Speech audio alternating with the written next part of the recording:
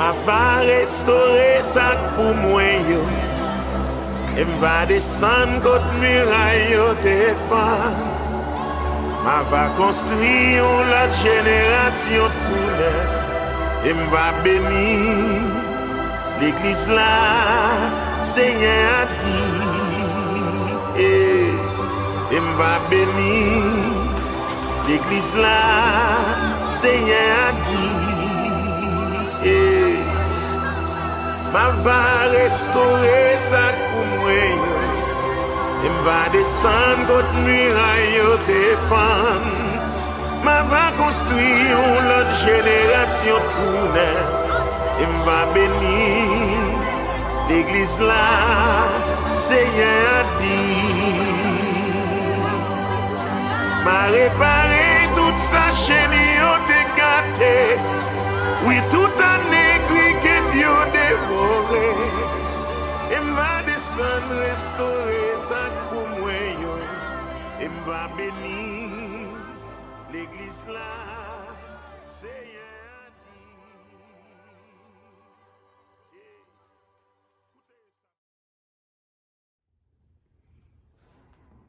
Mes bien-aimés dans le Seigneur, nous saluons dans le nom précieux de notre Sauveur et Seigneur Jésus-Christ.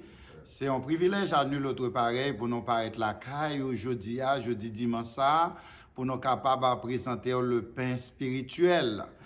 Nous saluer les bien-aimés de Aruba, les bien-aimés de Chili, les bien-aimés du Canada, les bien-aimés d'Haïti et les bien-aimés éparpillés un peu partout à travers les États-Unis et plus particulièrement nos chers membres de l'Église baptiste d'expression française de White Plains. Jeudi, titre message nous allons formuler comme ça: le Seigneur Dieu peut vous restaurer.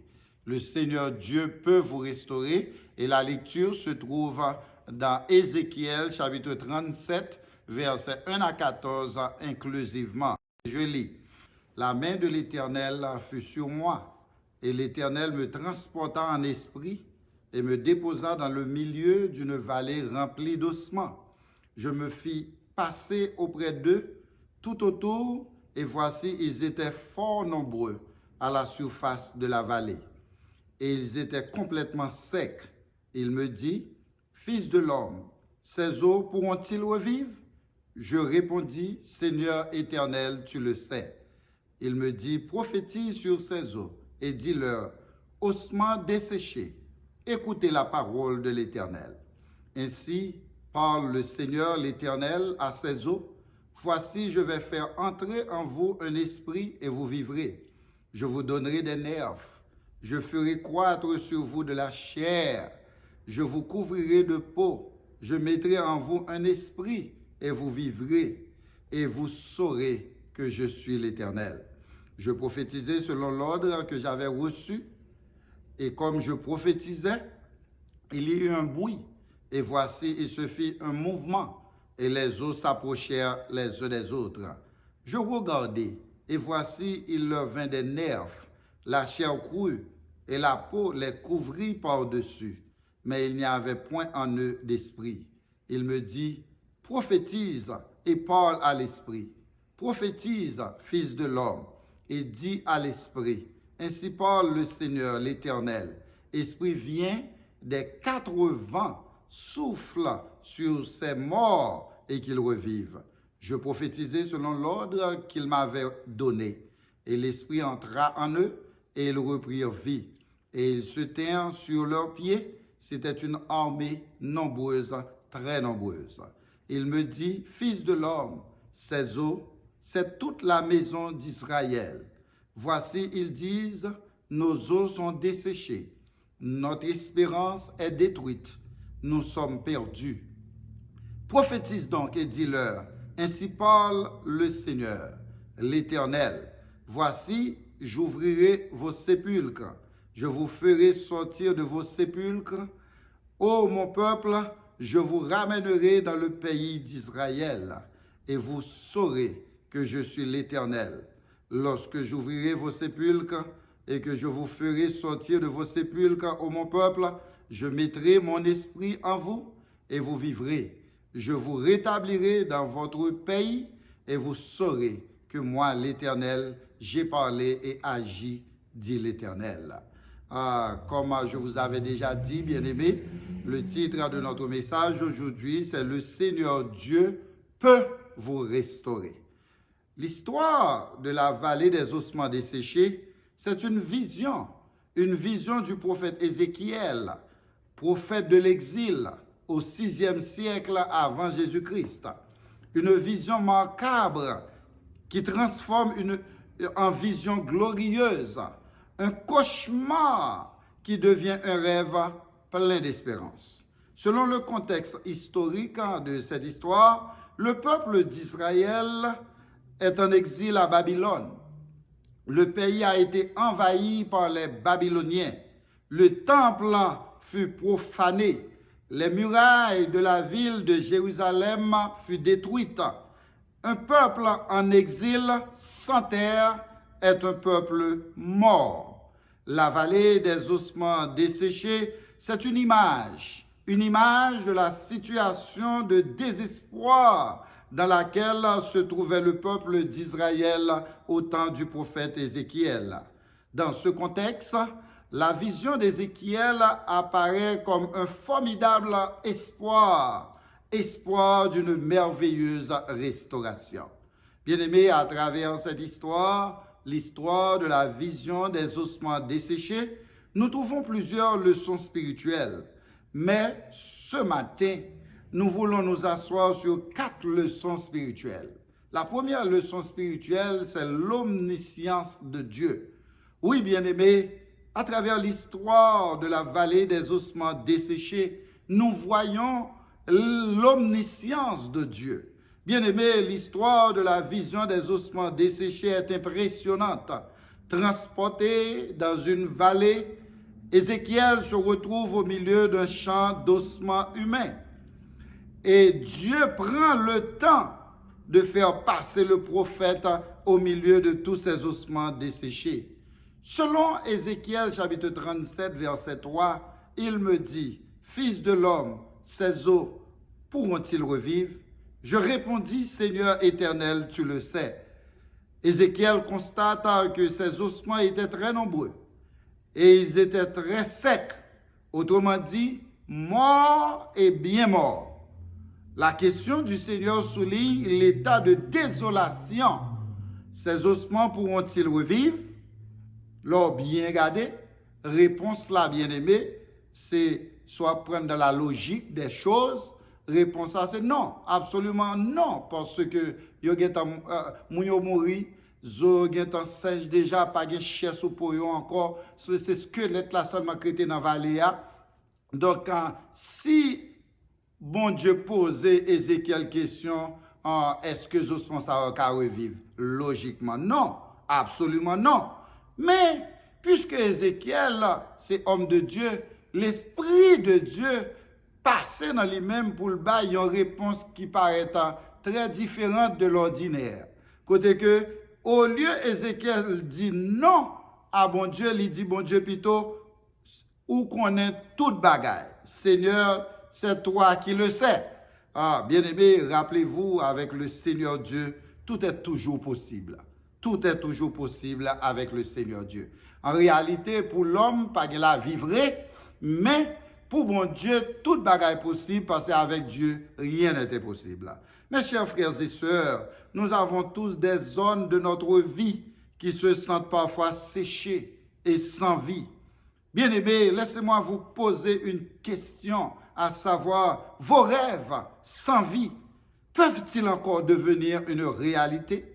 Certainement, la réponse est oui, car la Bible déclare dans Luc chapitre 1er, verset 37, « Rien n'est impossible à Dieu. » Bien-aimés, les erreurs du passé, les efforts ratés et les vides de votre vie peuvent-ils être restaurés?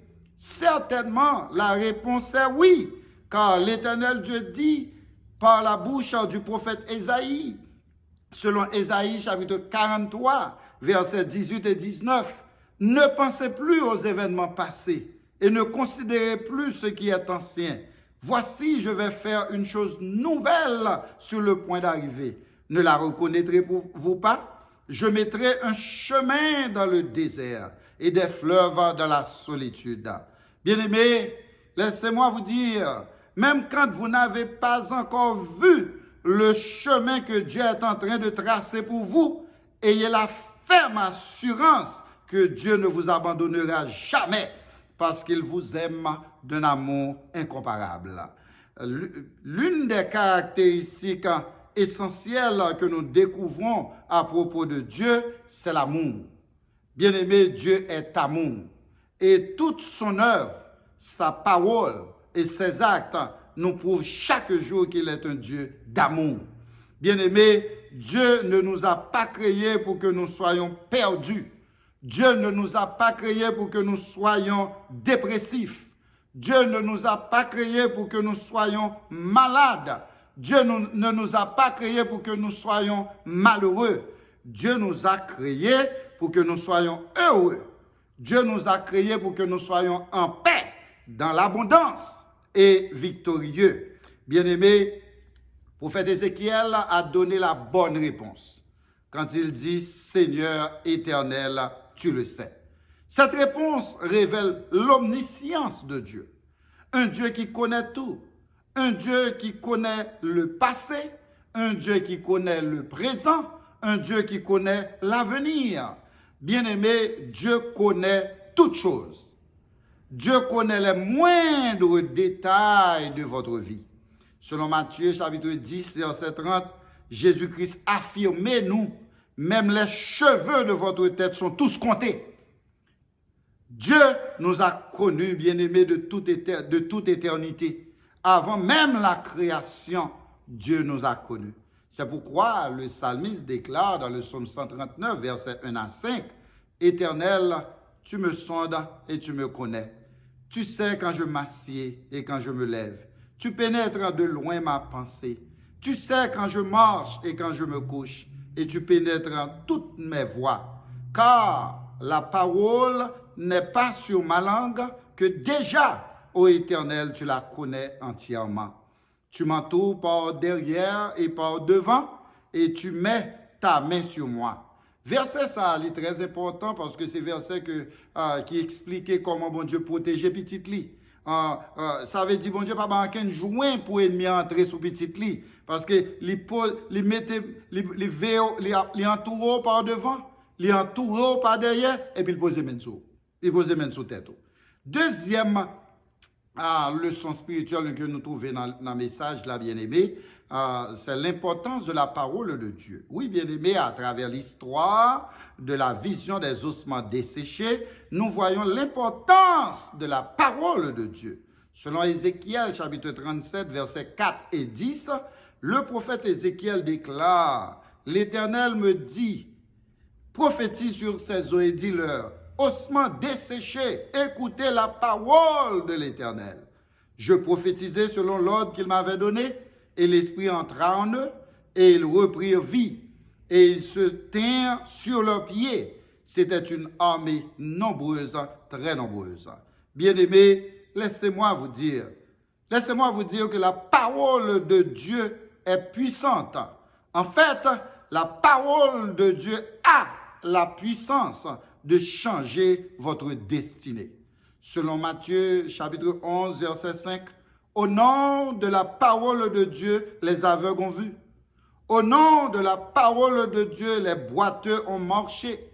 Au nom de la parole de Dieu, les lépreux sont purifiés.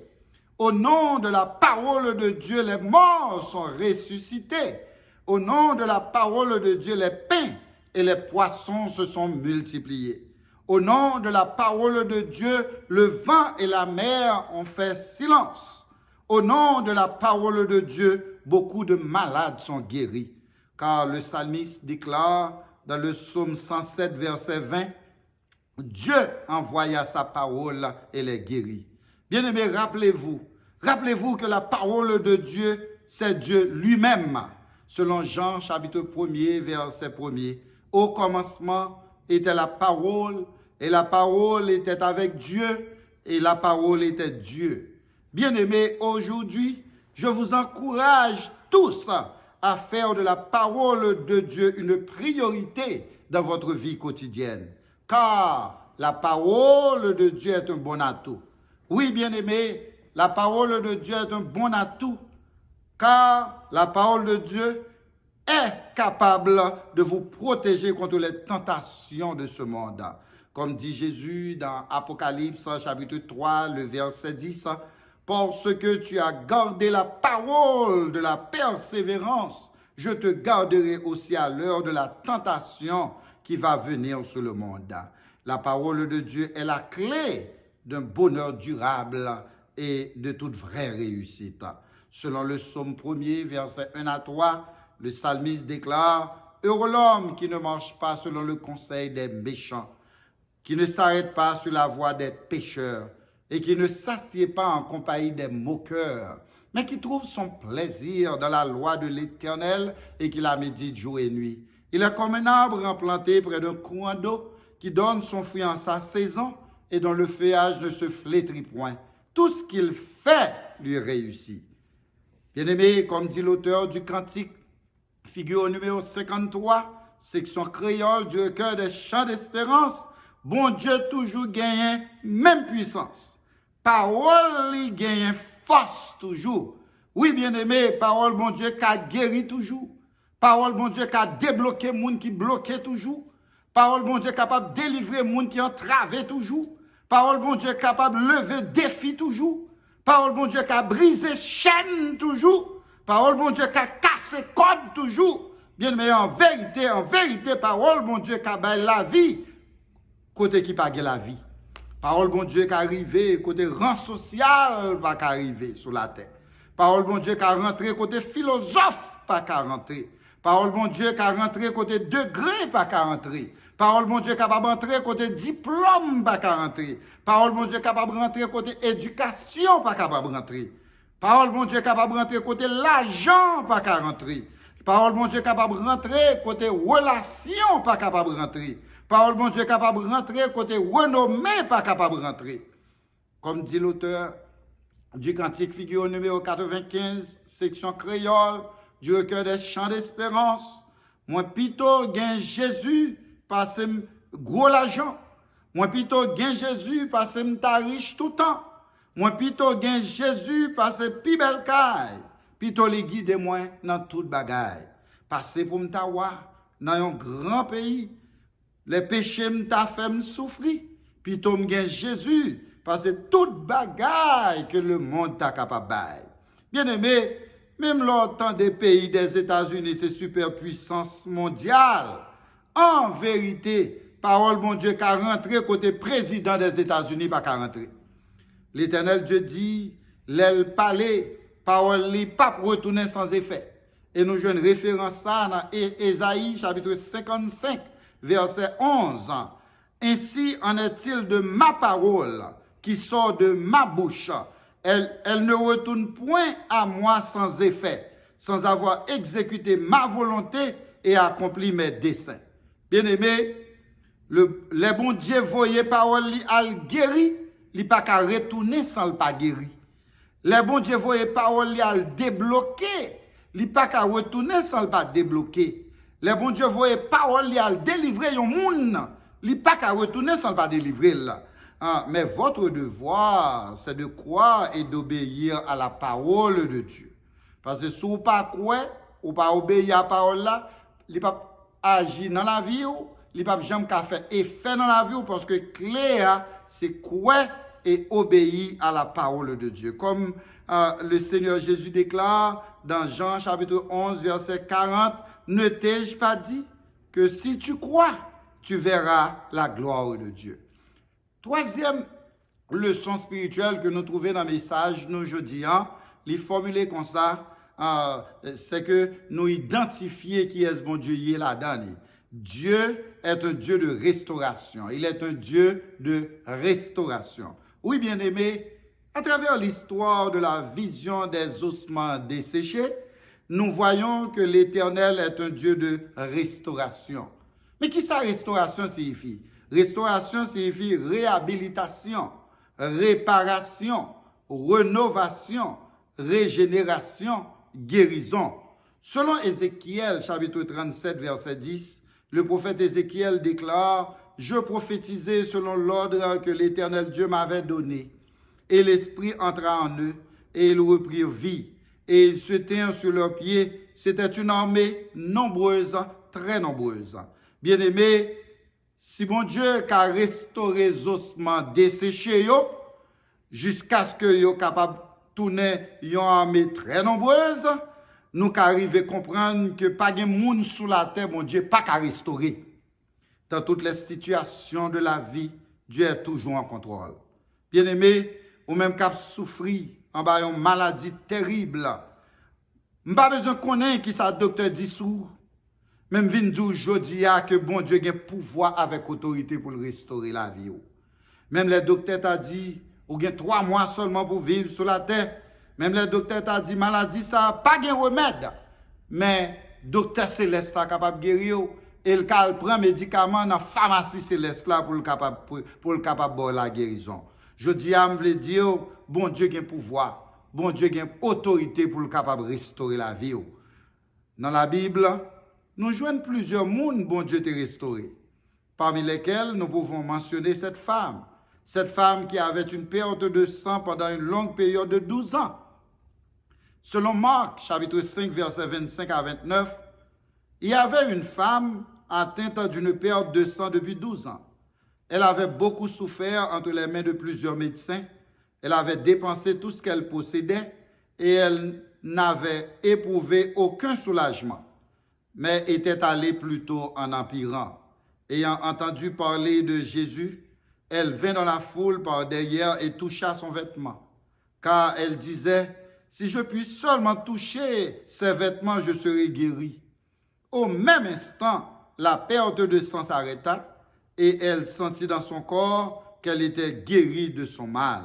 Bien-aimé, l'homme gardé statut social femme nan tellement pas de valeur dans une société, il n'a pas mentionné non dans la Bible. Tandis que dans la même histoire, ça, où joignent yo parler de l'autre monde qui aurait les Jairus. Ça signifie que, leur comparer femme avec Jairus, yo tout yo pas dans le même niveau social. Jairus peut-être est un gros notable, un homme très honorable pour la société, peut-être qu'il a rempli l'argent, il était rempli de gros fonctions dans le pays. Donc tout le monde est intéressé avec non Jairus. Mais pas de quel monde qui est intéressé avec non femme ça. Mais laissez-moi dire, pendant quel monde pas intéressé avec non femme ça, bon monde qui est intéressé avec lui non les Jésus.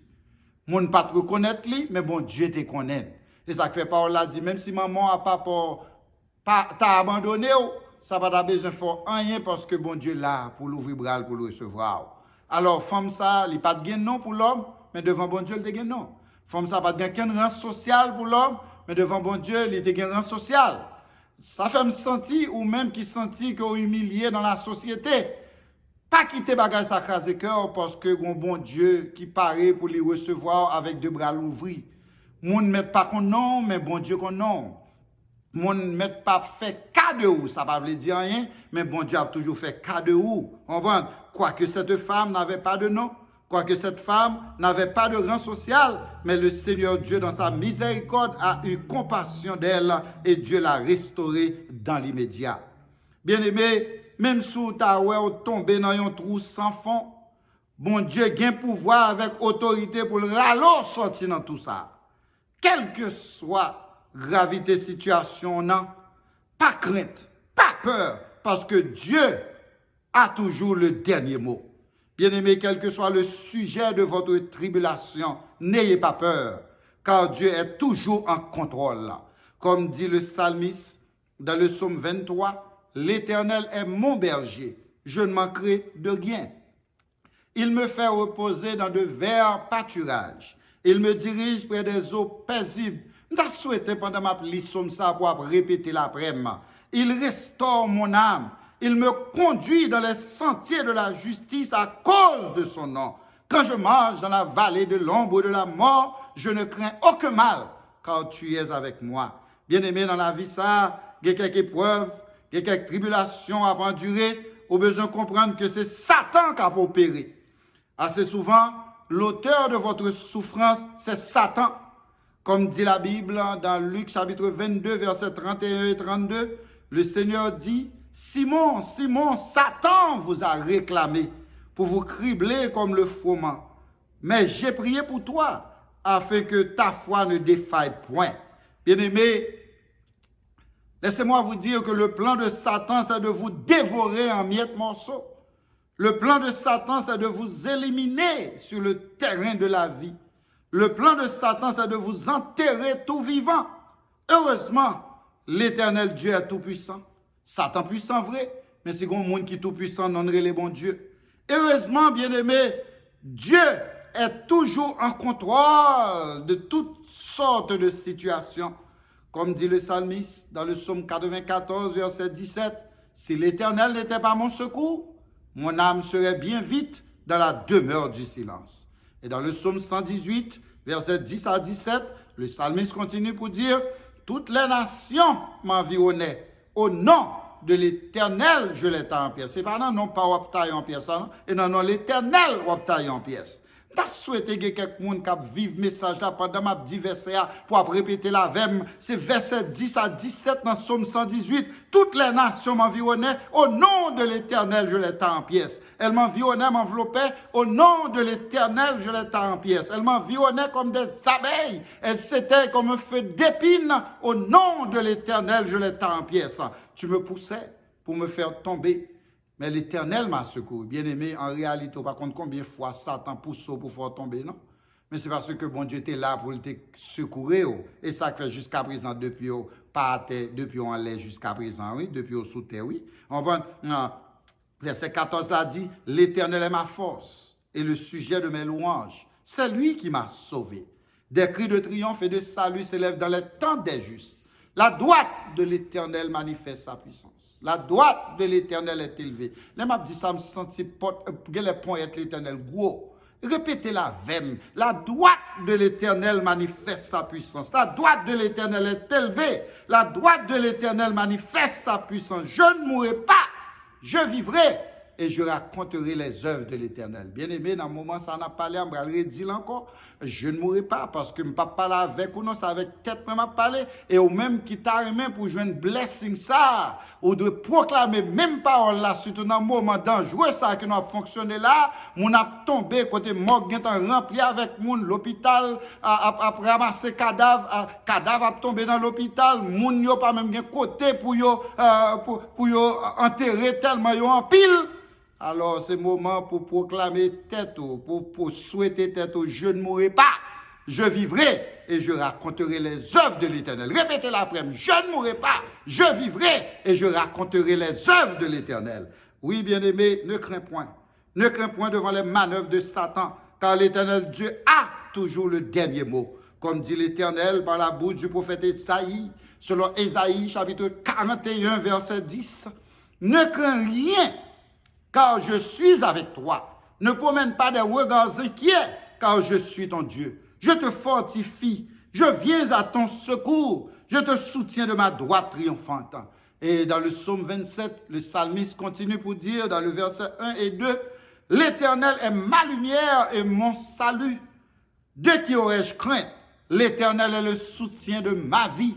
De qui aurais-je peur? Quand des méchants s'avancent contre moi pour dévorer ma chair, ce sont mes persécuteurs et mes ennemis qui chancellent et qui tombent. Bien-aimés, quel que soit le sujet de votre tribulation, n'ayez pas peur.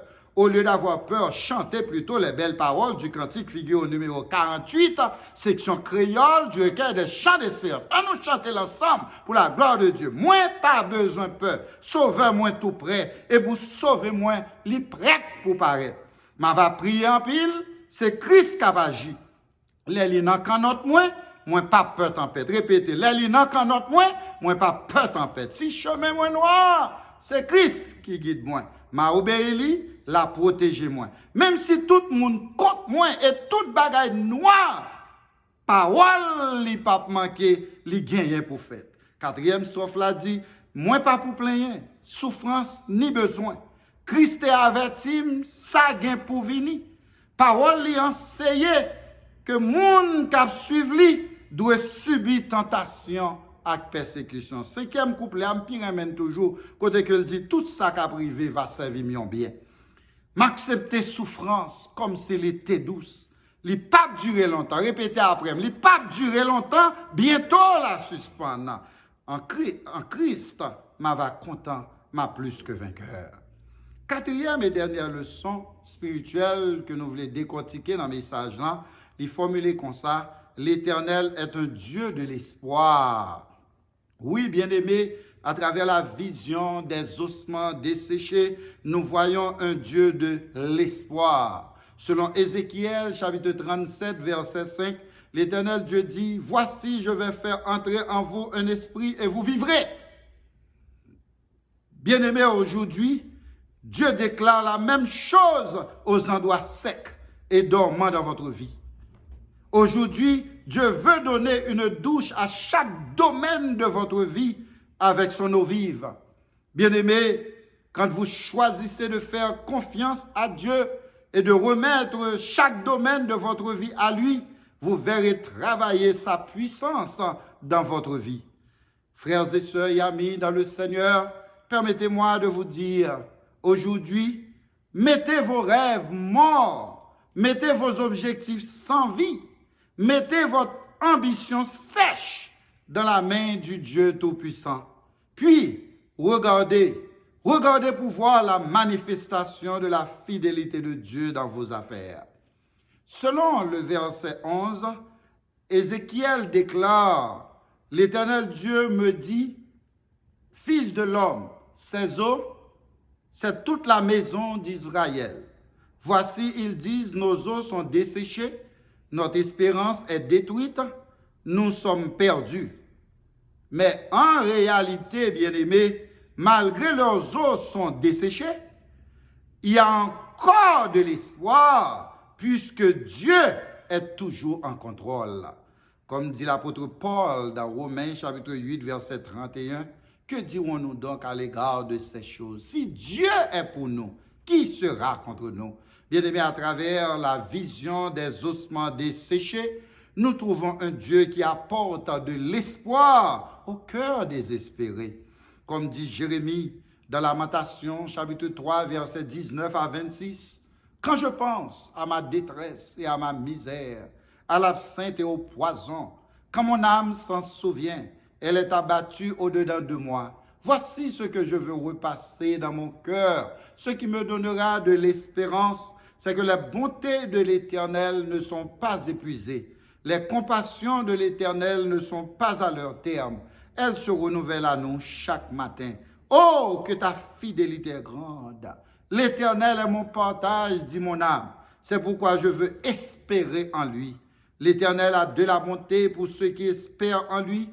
L'Éternel a de la miséricorde pour l'âme qui le cherche. Il est bon d'attendre en silence le secours de l'Éternel. Bien-aimés, laissez-moi pas presser mourir. Pas presser mourir, même si c'est une situation difficile pour vous. Pas presser mourir. Même si là, vous upside down.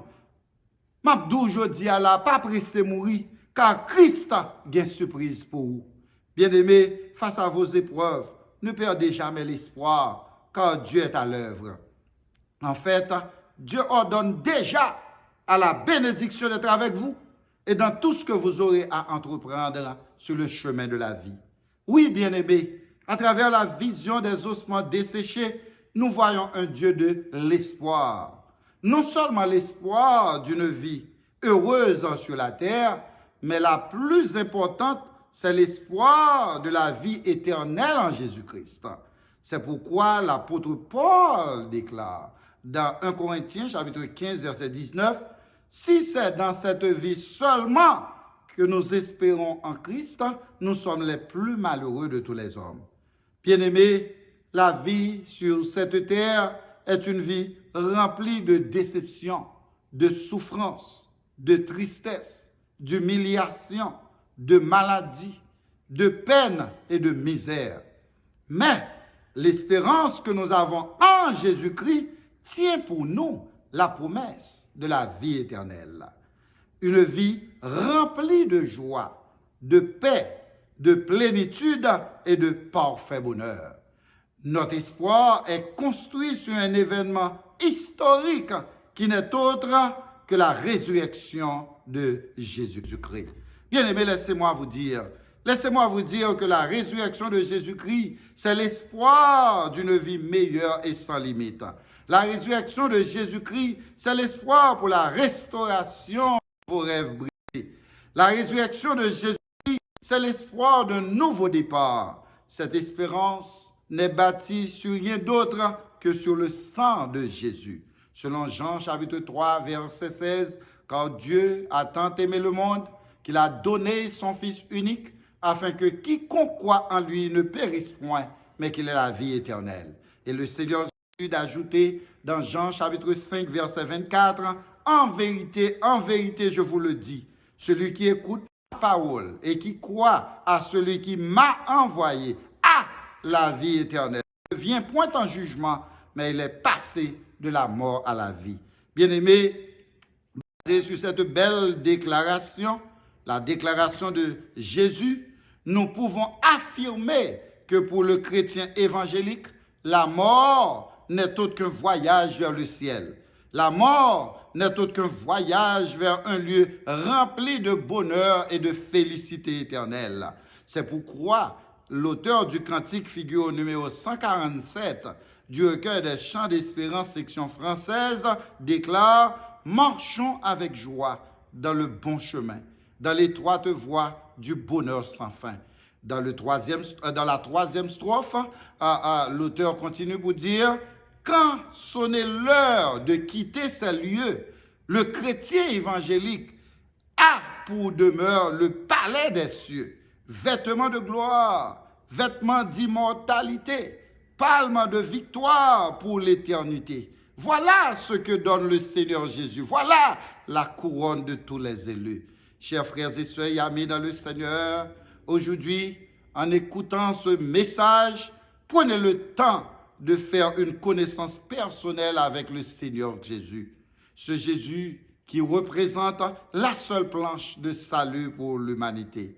Il n'y a sous le ciel aucun autre nom qui ait été donné parmi les hommes par lequel nous devions être sauvés, Jésus seul. Qu'il en soit ainsi pour vous, mes frères.